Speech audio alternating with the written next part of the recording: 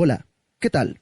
Bienvenidos al tercer programa de este espacio que se titula Converso, Verso a Verso.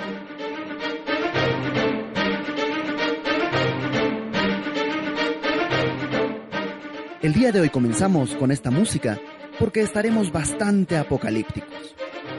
Revisaremos quiénes son los 144,000 sellados que aparecen en el capítulo 7 de Apocalipsis y también repasaremos qué es lo que la Biblia enseña acerca del anticristo. ¿Es un personaje conocido el día de hoy? Así que, sin más, comencemos.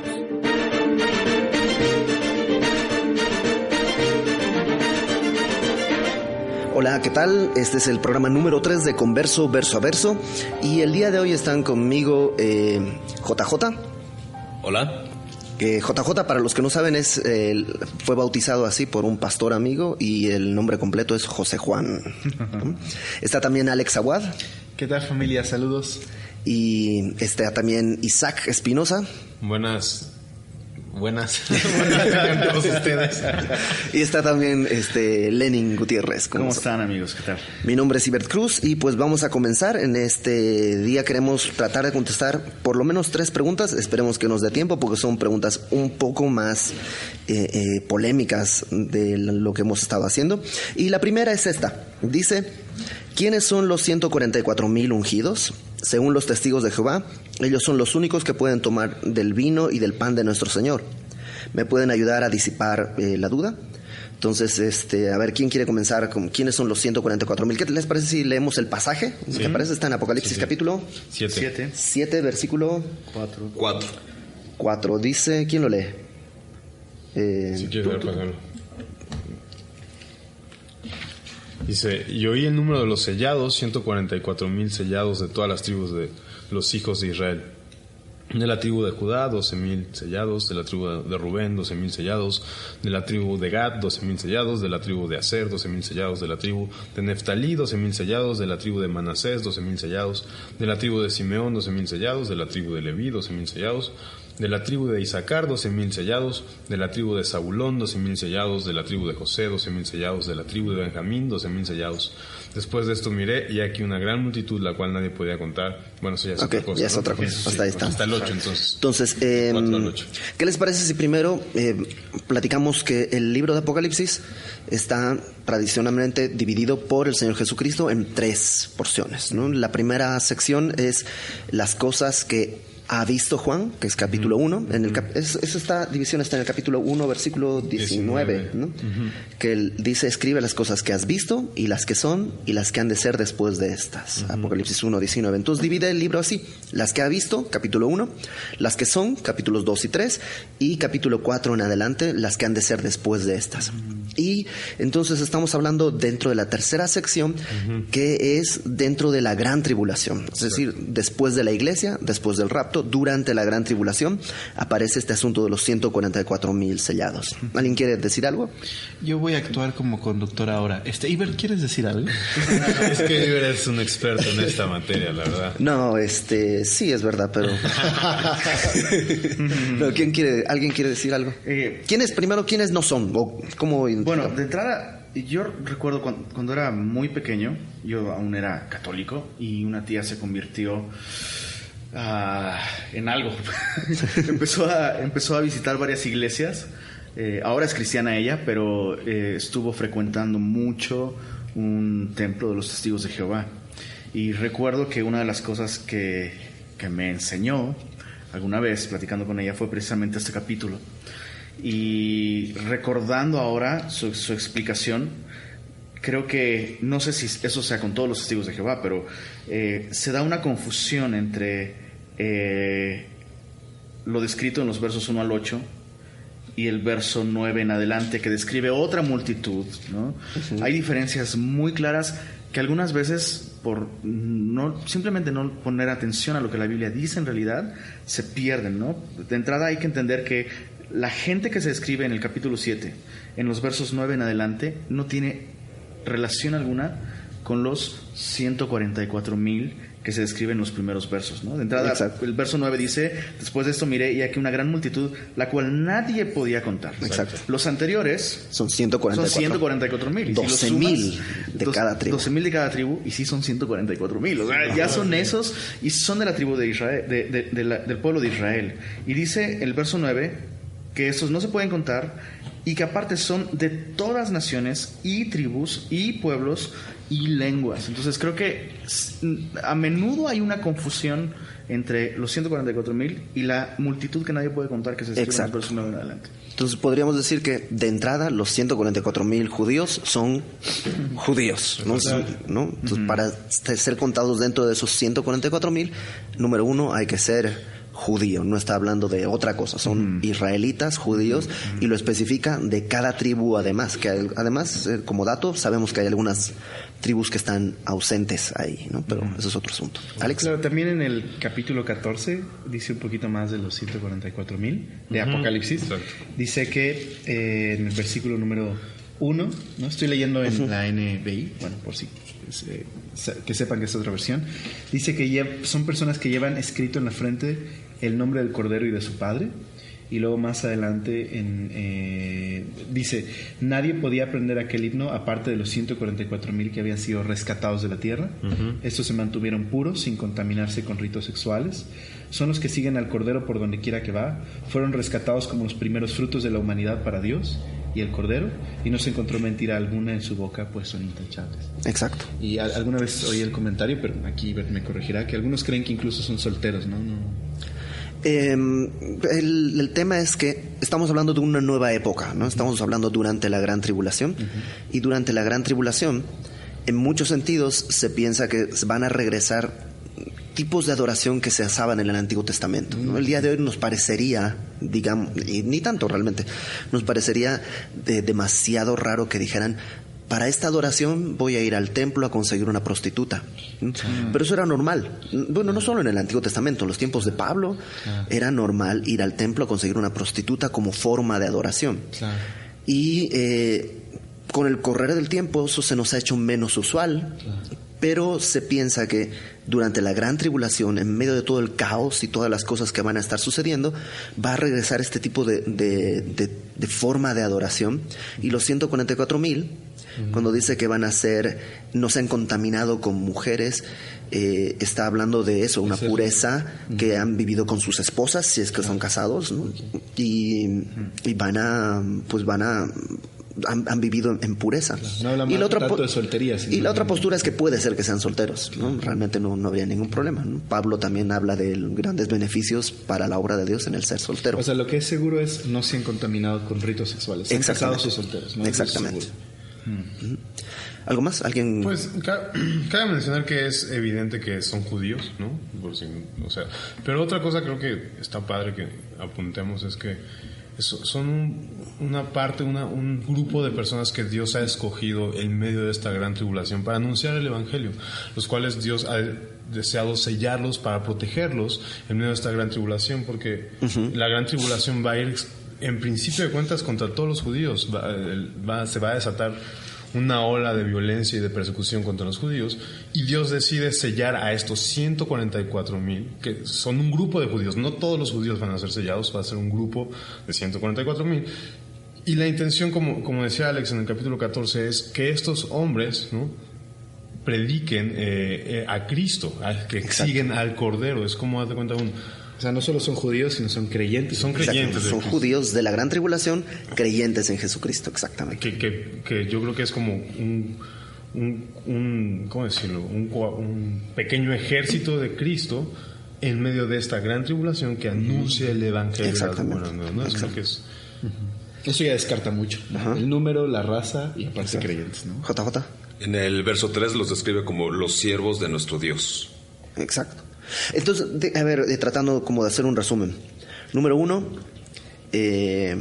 son judíos, no judíos de raza, judíos de sangre, no digamos. son judíos Probable. espirituales, ¿no? Porque ese es otro problema. Exacto. Se piensa que la iglesia ocupa o sustituye a Israel. Desde una ¿no? perspectiva, como dicen, dispensacionalista. Exacto. No, son judíos de raza judía, tan así que los describe por tribus, ¿no? Y espiritualmente no hay forma de relación. La tribu de Aser, la tribu de no sé qué, no.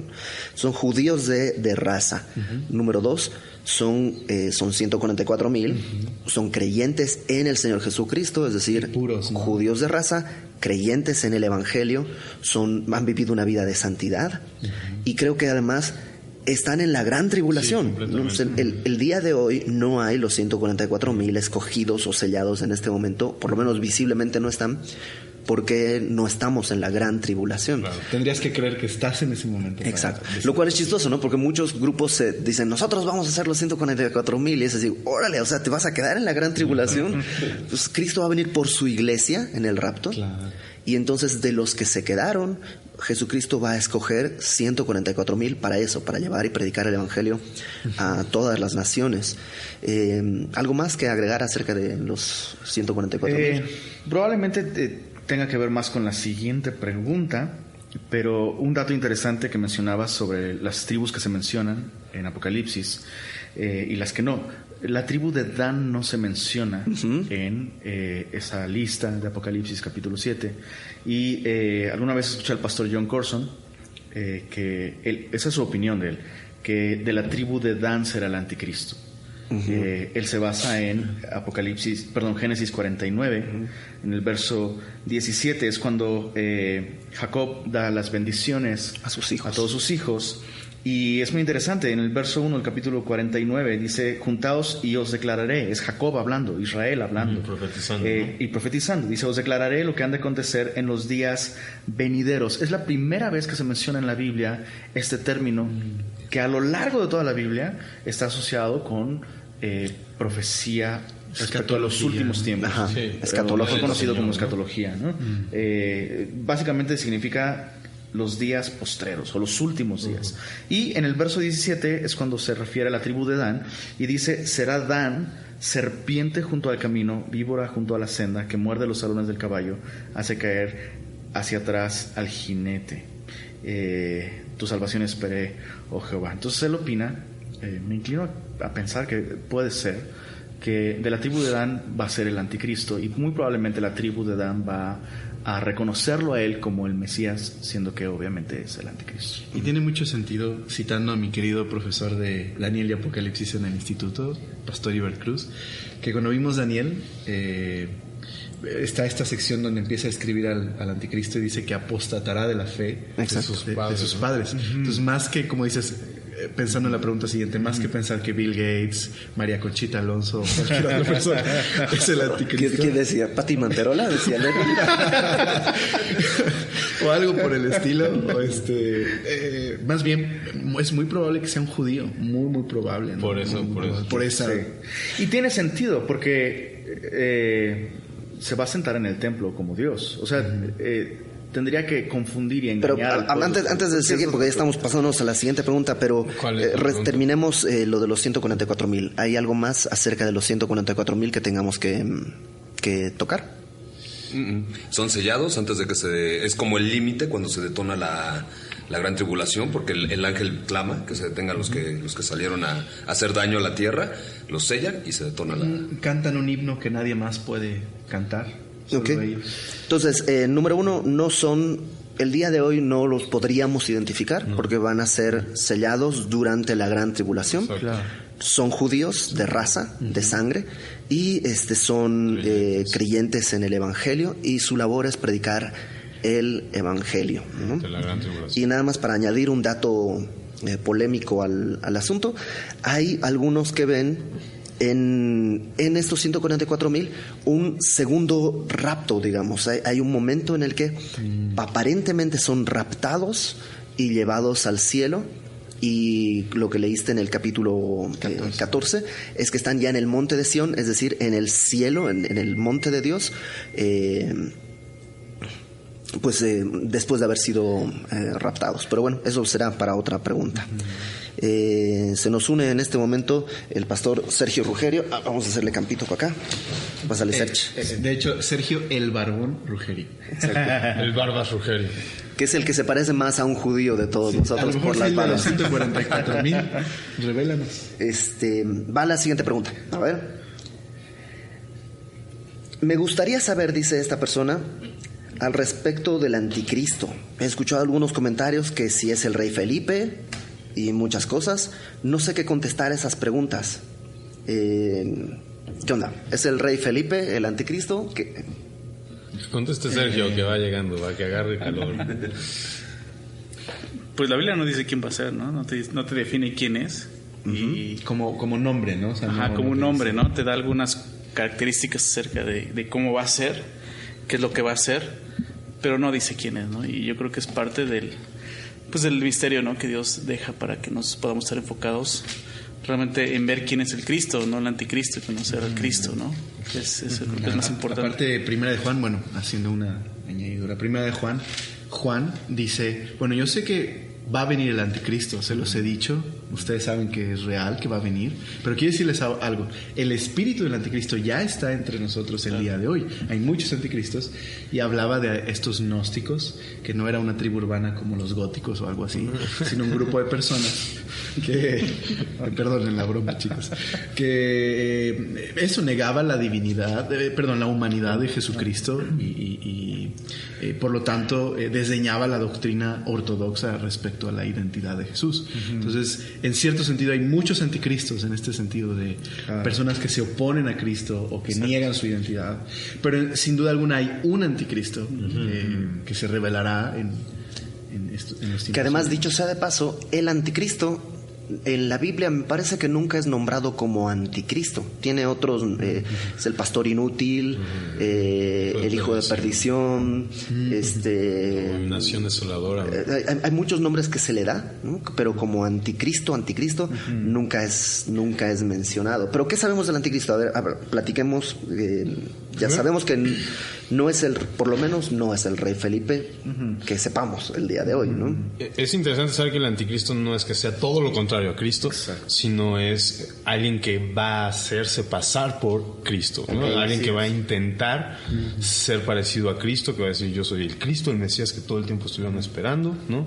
Y no es que va a aparecer con colmillos, cuernos y capa, ¿no? Sino va a ser, ni vestido de negro, sino que va a intentar hacer creer a las personas que él es el Cristo, el Mesías. Va a ser alguien carismático, como lo que se narra es que es probable que va a ser este tipo de líder carismático, pacificador, con una habilidad de una elocuencia muy, muy particular, muy especial, atrayente, una, digamos, personalidad magnética, si lo quieren ver así. Y va a llegar en las condiciones en las que habrá un mundo en necesidad económica, en necesidad de un liderazgo, ¿no? Y ocupará ese lugar que las naciones buscan, ¿no? Un líder que unifique al mundo, que unifique las religiones, que... Se supone, además, que por ciertos pasajes en Daniel, estaba tratando de encontrar alguno en particular, pero habría que leer mucho de Daniel. Yo enseñé Apocalipsis en la reunión que tenemos en Xochimilco hace como un año, y en una de las conferencias hicimos un panorama de Daniel, y creo que ahí podrían buscar con más detalle todo esto. Pero una de las cosas que sabemos o creemos del anticristo es que va a salir de algún lugar que fue el Imperio Romano, ¿no? Por este asunto, en la imagen, en la estatua, el anticristo sale en la estatua de los pies, ¿no? Los pies que son de hierro y barro cocido. La imagen, en la otra profecía tenemos una bestia indescriptible que tiene también uñas de bronce, y tiene colmillos de hierro, y sale el cuerno. Entonces, haciendo todo el paralelismo, pareciera como que va a surgir de lo que fue el Imperio Romano. No necesariamente Europa, porque el Imperio Romano cubrió parte de África, parte del Medio Oriente. Algunos piensan que va a ser sirio, por una serie de profecías también. En el capítulo 11 del libro de Daniel nos da algunas descripciones. Que verso 37 dice: del Dios de sus padres no hará caso, por tanto a lo mejor será judío, ¿no? Ni del amor de las mujeres. Y ahí hay una doble interpretación. Algunos piensan que puede ser homosexual, o por el contexto y por muchas otras cosas, algunos interpretan que las mujeres judías, el amor de las mujeres judías es el Mesías, ¿no? Esa es la idea de que toda mujer anhela ser la que traiga a luz al caudillo que va a rescatar a Israel. Entonces, el caudillo de Israel vendría a ser el amor de las mujeres, y el anticristo no va a hacer caso digamos ahora de Jesucristo, ¿no? Ni respetará a Dios alguno, sobre todo se engrandecerá, va a honrar al Dios de las fortalezas, que pareciera una alusión a todo el asunto bélico, ¿no? Dios que sus padres no conocieron, lo honrará con oro, plata, piedras preciosas, etcétera, etcétera. Entonces, ¿qué más sabemos del anticristo? Algunos creen, de hecho muchos, y me parece algo lógico, que en Antíoco Epífanes hay una especie de cumplimiento parcial, ¿no? Esta abominación desoladora al sacrificar un cerdo a Zeus en el templo judío, y podría ser como una especie de ilustración de lo que va a suceder al buscar helenizar a los judíos, ¿no? Y con la labia, ¿no? Con su habilidad verbal, engaño a muchos, ¿no? Exacto. ¿Algo más? Sí. Le va a ser dada la capacidad para hacer milagros, ¿no? Va a ser como alguien con esas capacidades. Va a morir y lo van a resucitar. Exacto. O algunos piensan o va a morir y va a resucitar, o va a fingir su muerte para fingir una resurrección, ¿no? En este asunto, exacto, que en Apocalipsis, cuando habla de que una de las cabezas fue herida de muerte y resucitó, ¿no? Dice Apocalipsis 13:3: y vi una de sus cabezas como herida de muerte, pero su herida mortal fue sanada, y se maravilló toda la tierra en pos de la bestia, ¿no? Y dice el 4: y adoraron al dragón que había dado autoridad a la bestia, ¿no? Esta idea del dragón es Satanás. Entonces cabe mencionar que el anticristo es una persona, es un hombre, es una persona real, totalmente dada la autoridad de Satanás, o sea, todas las cosas que haces con el poder demoníaco de Satanás. A lo mejor hay que aclarar, ¿no? Que una cosa es Satanás, otra cosa es el anticristo, y otra cosa el falso profeta. El falso profeta, son exacto. Como una trinidad satánica o diabólica. Algunos creen también que al morir, literalmente Satanás va a tomar su cuerpo y algunos creen esto también. ¿Qué les parece si trato y me ayudan a hacer una especie de cronología para que quede más o menos claro de qué estamos hablando? Tal vez un poco habría mencionado lo que dice Tesalonicenses, ¿no? Que no se va a revelar este anticristo hasta que la iglesia sea raptada, ¿no? Aquí está en 2 Tesalonicenses capítulo 2. Déjenme encontrarlo. Segunda de Tesalonicenses capítulo 2. Esta Biblia no tiene segunda de Tesalonicenses. Aquí está. Dice: con respecto a la venida de nuestro Señor Jesucristo y nuestra reunión con Él, os rogamos, hermanos, que no os dejéis mover fácilmente de vuestro modo de pensar, ni os conturbéis ni por espíritu, ni por palabra, ni por carta, como si fuera nuestra, en el sentido de que el día del Señor está cerca. Nadie os engañe en ninguna manera, porque no vendrá sin que antes venga la apostasía y se manifieste el hombre de pecado, el hijo de perdición. Y como lo describe verso 4, el cual se opone y se levanta contra todo lo que se llama Dios o es objeto de culto, tanto que se sienta en el templo de Dios como Dios, haciéndose pasar por Dios. ¿No os acordáis que cuando yo estaba todavía con vosotros os decía esto? Y ahora vosotros sabéis lo que lo detiene, a fin de que a su debido tiempo se manifieste. Porque ya está en acción el misterio de la iniquidad, o sea, todo esto ya está en acción, pero hay al presente quien lo detiene, hasta que a su vez esto que lo detiene sea quitado de en medio. ¿Y qué es lo que lo detiene y lo que va a ser quitado de en medio? Creemos que es la iglesia. En el rapto va a ser quitada de en medio. Entonces, déjenme hacer una línea de tiempo y me van corrigiendo o vamos comentando eso. Creemos que estamos en una época que es la época de la iglesia, en la que Dios está haciendo pueblo para sí de los que no éramos pueblo, ¿no? Entre los gentiles Él está llamando pueblo para sí. Esto va a un punto en que va a llegar el cumplimiento, no sabemos cuántos gentiles son o de qué manera, pero hay un momento en el que Dios va a decir hasta aquí. Cuando el último inconverso se convierta de esta etapa, entonces la iglesia va a ser llamada al cielo, ¿no? Dios mismo, con voz de arcángel, con voz de trompeta, con trompeta de Dios, nos va a llamar y vendrá lo que conocemos como el rapto. Cuando el rapto suceda, viene una etapa que no sabemos exactamente cuánto va a durar, pero el siguiente evento es el pacto del anticristo con el pueblo de Israel. Y este pacto inicia lo que se llama la semana 70 de Daniel, o la gran tribulación, que son 7 años que van a ser pues difíciles. Realmente a veces pensamos que son 3 años y medio de paz, 3 años y medio de tribulación, pero realmente desde el principio van a ponerse las cosas difíciles. Lo que sucede a la mitad es que el anticristo va a sentarse en el templo, por tanto va a haber una reconstrucción de un templo, y va a comenzar una gran persecución contra los judíos, que hasta ese momento van a haber pensado que era el Mesías enviado. Entonces tenemos el rapto, luego 7 años de la tribulación.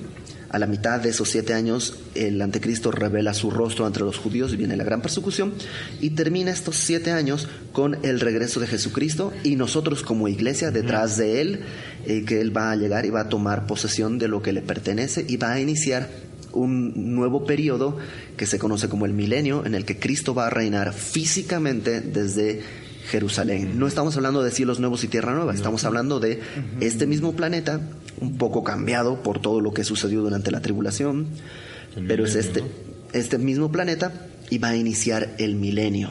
Un milenio que va... En esos 1000 años Satanás está...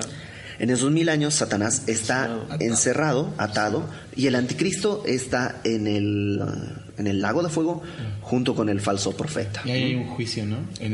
Hay una temporada del juicio a las naciones, ¿no? Antes de entrar al milenio hay el juicio a las naciones. Para cabritos, ¿no? Es cuando se separan las... ¿Cómo trató el mundo a Israel, ¿no? Exactamente.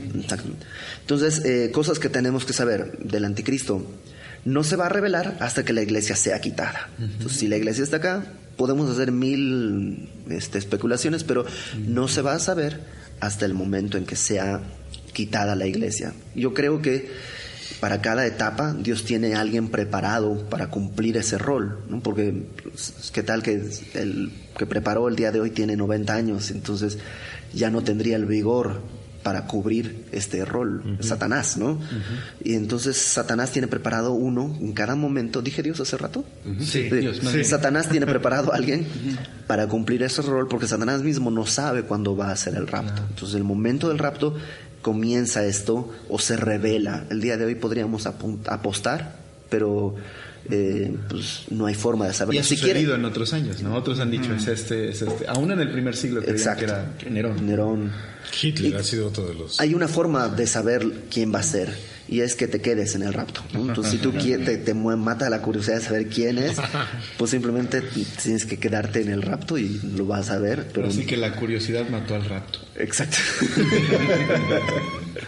¿Algo más acerca del anticristo? ¿De algo que tengamos que decir al respecto? Pues creo que no tener temor, ¿no? Normalmente, como ese tipo de intereses, no siempre, pero algunas veces están como movidos por el miedo, como de que el anticristo esté por acá y vaya a hacernos algo. Pues no, estamos seguros en Jesús, ¿no? Y simplemente eso, como no tener temor, ¿no? No enfocarnos en cosas. No enfocarnos en eso. Está muy bien, y creo que es muy importante estudiar las cosas que la Biblia sí nos dice al respecto. Pero eso me llama mucho la atención, ¿no? Que en realidad la Biblia no se enfoca en eso. Claro, ¿no? Eso de los videos de YouTube para saber quién es el anticristo no es tan recomendable como leer la Biblia y saber lo que dice. Enfocarnos en Cristo. Claro. O no, esto de no tomar paletas Sonrix, no tomar coca, no compres Windows, o sea, ¿no? Exacto. Especulación y cosas que no estamos... Y lo mismo lo de la marca, ¿no? El día de hoy, o sea, la marca también es una cosa que va a suceder durante la gran tribulación, ¿no? O sea, el día de hoy en tu trabajo te piden que te pongas un chip o una cosa así. En la mano derecha o en la frente. Así. No es la marca. O sea, si quieres seguir trabajando ahí, Dios te dice que sigas trabajando ahí, pues, Claro. y es saludable, está bien hecho y todo, pues que te pongan el chip, no pasa nada. No es la marca, es algo que sucede en la gran tribulación. No va a suceder como por engaño, decir, híjole, me puse la marca, pero yo era cristiano y ahora ya me arruiné mi vida. No, es una decisión deliberada, totalmente. consciente de que no solo es una marca en la mano, sino es una adoración a la bestia. No sucede por casualidad. O sea, está bien ver películas sobre los últimos tiempos, pero no te claves con lo que esas pasa en las cosas. películas. Exacto. ¿Algo más que decir? Pues yo creo que teníamos una pregunta más, pero se nos acaba el tiempo y no nos va a dar espacio para contestarla. Pues creo que sí, seguramente van a surgir más dudas al respecto. Y lo que te recomendamos es lee tu Biblia, busca la dirección de Dios, no nos creas a nosotros porque sí. Nosotros mismos tenemos posturas que han ido cambiando, evolucionando a lo partir de los últimos años. Lo importante es, creo, enfócate en el Señor, vive de acuerdo a lo que entiendes de la palabra de Dios, que normalmente es mucho más fácil, ¿no? Deja de mentir, no robes, cuida tus ojos, cuida lo que tu espíritu está comiendo y lo demás Dios lo irá revelando cuando Dios quiera, ¿no? Pues vamos a despedirnos y quisiera que una vez más se despidan con alguna forma de contacto para ustedes. Si tienes alguna duda puedes escribirnos a instituto@semillamexico.com. En Twitter estamos como @instituto IBSM con mayúsculas, a través de la cuenta de Facebook, que no tengo ni idea cuál sea, pero ahí seguramente la pueden encontrar. Lo que hicimos fue crear un blog también para ir poniendo un poco de información en ese blog. ¿Cuál era, Isaac? Es converso verso a verso, que es el nombre del programa. Converso verso a verso.wordpress.com, ¿no? WordPress es una plataforma muy conocida para hacer blogs. Ahí vamos a estar poniendo algunos materiales de los que hemos mencionado, los iremos poniendo ahí. Y iTunes también, ¿no? Ya estamos en iVoox. Puedes bajar la aplicación de iVoox o ebooks, no sé cómo se dirá, y de chica OOX, bajas la aplicación y te puedes suscribir. Y ya también estamos en iTunes, en la sección de podcast de iTunes. Y creo que esas son las formas de contactarnos, ¿no? También tenemos una cuenta en GoEar, ¿no? GOEAR, goear.com. Búscanos como Instituto IBSM también. Tenemos muchas opciones. También cabe agradecer a Idalia, que es la que ha estado encargándose de todas esas cosas, gracias a Dios. Ahora sí, cada quien por favor y a despídase. nuestro patrocinador. No tenemos. Todavía no tenemos patrocinador. Exacto. Osvaldo nos trajo café. Exacto. Sí, Lo tenemos más... un patrocinador. Funerales. Para mí el morir es ganancia. Vamos a tener que editar eso. Ok. Tortillería, no solo de pan vivirá el hombre. Okay, Taquería el buen pastor. Taquería el buen pastor. Pues despídense y dando una forma de contacto, por favor. Sí, mi nombre es Lenin y pueden seguirme en Twitter, Lenux_Reloaded. Okay. Isaac. Bueno, pues nos vemos. Yo soy Isaac y mi Twitter es @perodios. Chao. No fue penal. Dios les bendiga, chicos. Hasta luego. Y puedes seguirme en @AlexAguadH. Soy JJ, yo no tengo Twitter, yo no tengo Facebook, pero me puedes buscar aquí en el Ministerio de Un Paso a la Libertad. Ok. Hablaremos de eso la próxima semana, ¿no? Después de Un Paso a la Libertad es un buen punto. Sergio, que... Yo ni hablé, pero Yo ni bravo. estuve aquí con ustedes. Es @Sergio Rugerio, RUGERIO. Y bueno, también ando así en Facebook. Y también está semillatoluca.com. También por ahí pueden encontrar algo. Ok. Dios les bendiga.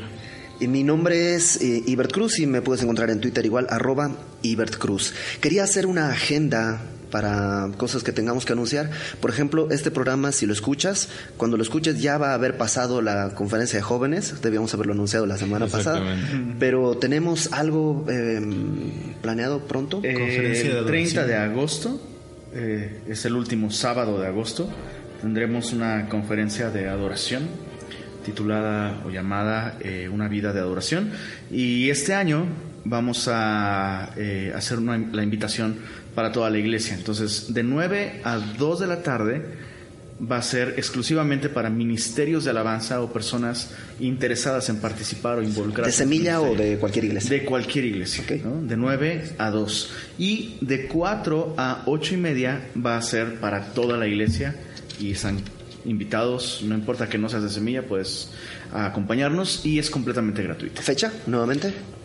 Sábado 30 de agosto, repito, de 9 a 2 de la tarde, solo para ministerios de alabanza o personas interesadas en involucrarse en este tipo de ministerios, y de 4 a 8 y media para quien quiera acompañarnos. Ok, 30 de agosto. ¿Alguna otra actividad más? Nada más animarles a los hombres a venir a la serie de varones basada en Primera de Juan.